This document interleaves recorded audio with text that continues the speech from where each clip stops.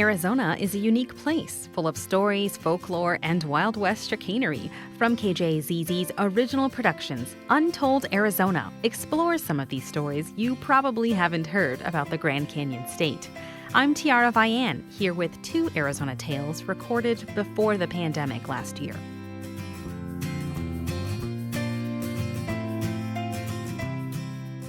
Arizona's mountains, cinder cones, and lava fields attest to the state's wild geological youth.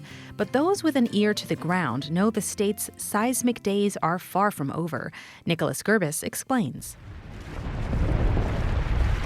In May 1887, a magnitude 7.6 earthquake struck Arizona from across the Mexico border just south of Douglas. Newspapers, letters, and other documents reveal the Pitakachi quake shook an area extending from Prescott to Yuma to El Paso, Texas, says Dave Brumbaugh of the Earthquake Center in Flagstaff. The surface fracturing and movement was recorded over a distance of about 41 kilometers and had several segments to it. Those segments totaled a rupture measuring more than 60 miles. Though history records no Arizona deaths, the quake killed as many as 60 people in Mexico. Jerry Young-Ben-Horan with the Seismic Network of the Arizona Geological Survey describes the damage. A lot of rock slides and cracked foundations and buildings and that sort of thing. Within Arizona, at least 20 quakes of magnitude 5 or higher have struck since 1850.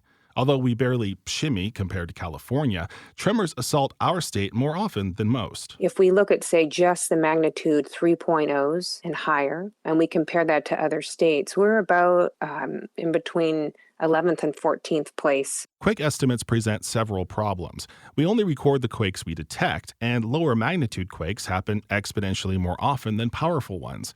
Ben-Horan estimates several hundred quakes happen each month, and a magnitude 4 or 5 quake crops up every 8 years or so. ASU geologist Ramon Aerosmith led a study that measured 600 earthquakes in 19 months. But most of them were small. They were 1s and 2s, and so they weren't felt by people in general, but they showed these same zones of activity. Those zones include the Arizona seismic belt, which swoops diagonally from the northwest near St. George, Utah, through Tonto National Forest and east toward New Mexico.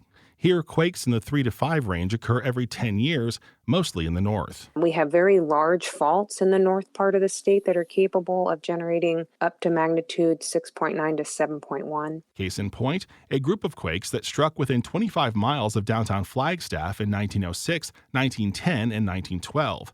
Felt across northern Arizona, they ranged from 6.0 to 6.2. Chimneys were shaken down, crockery fell, clocks stopped, school children panicked. The 1912 quake likely originated on the 25-mile Lake Mary fault zone that runs from south of Mormon Lake to southern Flagstaff. The Lake Mary Fault is the most serious earthquake threat to the city of Flagstaff that we have. Today, much concern focuses on the faults bordering the lake, which stores much of the city's water. We've been trying to get this message out to county and city emergency managers for 10 years that I've been working here, and longer since other people have worked for the survey. Elsewhere in the north, a 4.7 quake on the Oak Creek Fault sent aftershocks across the state.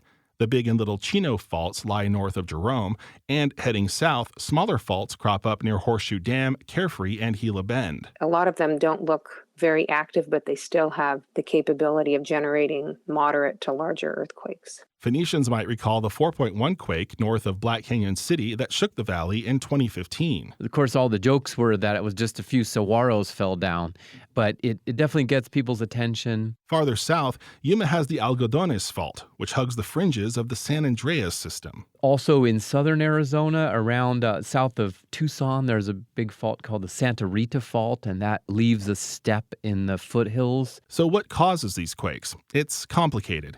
Some stem from local forces, others from 30-million-year-old regional influences. I think that a lot of the earthquakes that we get up here, for instance, in the northern Arizona seismic belt, are the result of the continued expansion of the crust of the earth. Penetrating Arizona's often hidden seismic history takes fieldwork, detective work, and educated guesswork. It depends on detections that themselves depend on energy, depth, direction, distance, and local geology. Surprises still lurk. A seemingly dormant fault need not stay that way forever. And even if they don't look like they're that active, say 100,000 years, they're still capable of generating large events. In earthquakes, as in life, timing is everything. Nicholas Gerbis, KJZZ News, Phoenix. Next up, the town of Guadalupe is wedged between Interstate 10 and the city of Tempe. If you've never visited, you've most likely zoomed past it. Kathy Ritchie takes us to Guadalupe. Guadalupe is tiny, less than a square mile, but it's probably best known for Our Lady of Guadalupe Catholic Church, a smallish white adobe building not too far from the bustling I-10. But this story isn't about that church. This story is about the community, their history, and their future. Valerie Molina is Guadalupe's mayor. On this day, she's at the Mercado de Guadalupe, which is like the town square, to celebrate Navidad in Guadalupe. She says Navidad in Guadalupe has been happening since she was a little girl. But this is only the third time the town has partnered with the Pascua-Yaqui tribe. Molina says about half of the 6,700 residents or so are members of the tribe. The other half identify as Hispanic of Mexican descent. However, Molina and many others identify as both. You know, myself, I'm half and half. My father is a member of the Pascua-Yaqui tribe, so am I, and my mom is Mexicana. So I have best of both worlds. Worlds that she says are very similar in some ways and very different in other ways, like how life events are celebrated, such as a wedding or funeral. And we all commingle together. You know, a lot of people think, oh, Guadalupe is a reservation, but we're not. You know, Guadalupe is actually just a regular municipality like everybody else. Like Tempe. Like Tempe, like Chandler, like Phoenix. But that wasn't always so. Antonia Campoy is a Pascua-Yaqui tribal council member. She grew up in Guadalupe. Well, since I was a little girl, we used to go out to outhouses. The streets were dirt, and our backyard was South Mountain. That was before the freeway came through, she says. But Guadalupe's history goes back more than 100 years. Oh, yes. Guadalupe was actually started by the Yaqui people. We were granted 40 acres by President Woodrow Wilson. That was in 1914, but the original Salt River Valley Yaqui community was formed in 1904. Though the Yaquis had been in the area even before that, according to Leah Glazer, a history professor at Central Connecticut State University. She wrote her thesis about Guadalupe and the Yaqui people when she was a graduate student at ASU. So back to those 40 acres. Despite having a presence in Arizona, the tribe did not have a permanent settlement. So this is all mixed up with, Phoenix getting the Roosevelt Dam and irrigation. And the Kent Decree came out, which was a way of establishing what lands were going to be part of the land that was going to be irrigated through Roosevelt Dam. And the section of land that is now Guadalupe was not. Therefore, unirrigable land in the 19th century and the early 20th century was considered useless land. Which meant no farming, no way to acquire real wealth, says Glazer, and that has consequences that linger to this day. So let's circle back to Mayor Molina. She and her vice mayor, Ricky Vital, were first elected 4 years ago in one of the biggest elections the town had seen. I think the community was looking for someone that was not going to be afraid to make the hard choices.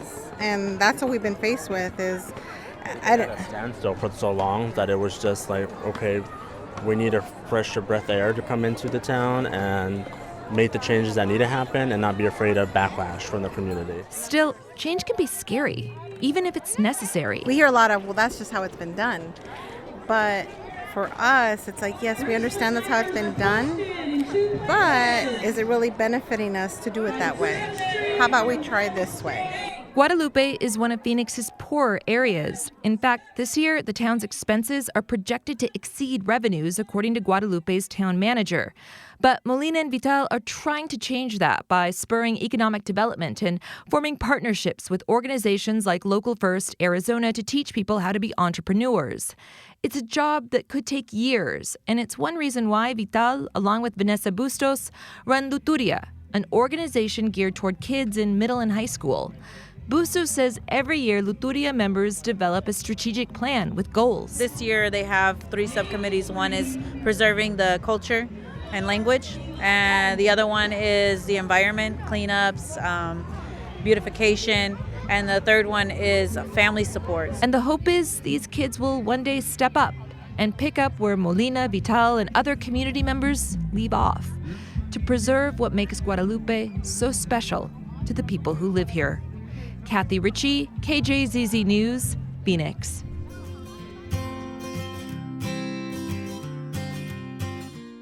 Thanks for listening to KJZZ's Untold Arizona. I'm Tiara Vian. This episode was produced with help from Sky Shout. There are plenty of pictures, videos, maps, and more at untold.kjzz.org. Do you have an Untold Arizona story of your own? Drop us a line on Facebook, Twitter, or Instagram using the hashtag UntoldArizona. And check out our Facebook group where you can connect to more people who love a good Arizona tale as much as you do. Did you like this podcast? Please subscribe and rate it wherever you're listening. And if you're looking for more Arizona news and storytelling, visit podcasts.kjzz.org or search for KJZZ wherever you get your podcasts. And if you liked this episode, help us tell even more great stories. Head over to donate.kjzz.org to contribute. This is a KJZZ original production. Until next time, thanks for listening.